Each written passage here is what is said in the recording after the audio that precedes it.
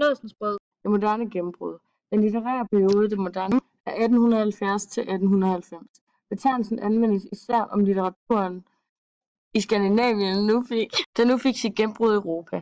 Det indledes med Georg Brandes forelæsninger på Københavns Universitet fra 1871 og fortsætter i hans hovedstrømninger i det 19. århundrede.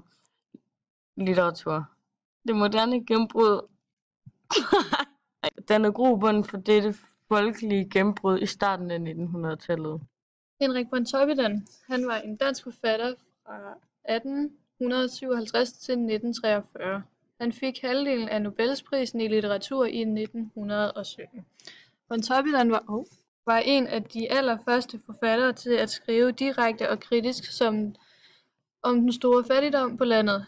Henrik Pontoppidan interesserede sig for de fattige bønder og daglejere. Han beskrev de barske forhold i 2 novellesamlinger. Hans skarpe sociale skildring kom som et chok for mange af den tids læsere, for de havde ikke nogen anelse om, hvordan de fattige levede. Pontoppidan er en af det moderne gennembruds vigtigste forfattere, dansk litteraturens store kritiske realist og en mester inden for især romangenren. Referat. Nådsensbrød fortæller om, hvordan det var i Danmark omkring 1870 til 1890'erne. Det fortælles om et hus, som så smukt ud udenpå, og man kunne tro, der kunne bo en kongelig, men som i virkeligheden var et nyt hus til de fattigste, som ikke havde hus eller penge. Inde bag den smukke facade var der sult og sorg. Folkene havde det forfærdeligt og blev tvunget til at arbejde uanset alder eller kræfter, og nærmest ventede på døden. Novellen fortæller om en dame ved navn Stine Bødkers, som havde mistet sin mand og havde kæmpet for at forsørge sine børn. Men efter den sidste høst, hvor hun havde kvæstet sin hånd, kunne hun ikke mere og havde givet op. Myndigheden havde besluttet, at hun skulle på fattiggården, som også blev kaldt kassen. Nogen fra kassen skulle hente hende, men hun ville ikke og skreg så højt, at hele byen blev samlet. Eftersom de ikke kunne få hende med af fri vilje, bandt de hende og tog hende med hen til kassen. Hvad er nådsensbrød? Nådsensbrød betyder at leve af andres barmhjertighed og nåde. Beskriv miljøet i teksten. Miljøet i novellen bliver beskrevet rigtig godt og rigtig meget. Det meste af novellen er beskrivelsen af fattiggården. Handlingen foregår på fattighjemmet, og miljøet er meget fattigt miljø. Novellen omhandler mennesker, som er i bunden af samfundet, som er i arbejdsklassen. Det er et underklassemiljø, så novellen handler om fattige mennesker. Personbeskrivelse af Stine Bødker, inspektøren på fattighjemmet.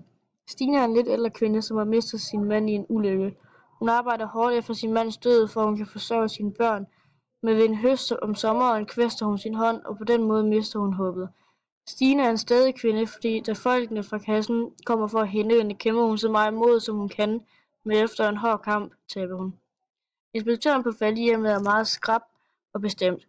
Han er gammel militær, og folkene på fattighjemmet er bange for inspektøren. Han er en mand, som i en sjælden grad var skabt til den stilling, han var sat for. Stor, værdig og rolig, og han opdager hver mindste uregelmæssige eller forsømmelser på anstalten. Temaerne i teksten. Temaerne med novellen kan være fattigdom, ligestilling mellem rig og fattig, det indre og det ydre eller facade. Hvad er en sognefoged? En sognefoged er en person, som amtmand efter indstilling fra sognerådet udnævner til at fungere som politimesterens medhjælper i et landdistrikt. Ordningen blev afskaffet i 1974. Hvem er lemmerne i teksten? Lemmerne er menneskerne, der bor på kassen. De fattige og livstrætte mennesker, som ikke har lang levetid tilbage. Mændene og fruerne er i hver sin fløj i huset, og de sidder rækkevis på små halmsæder under vinduerne og fletter sivmåtter og binder kurve. De har alle ens tøj på med pletfri linned, kæmmet renvasket.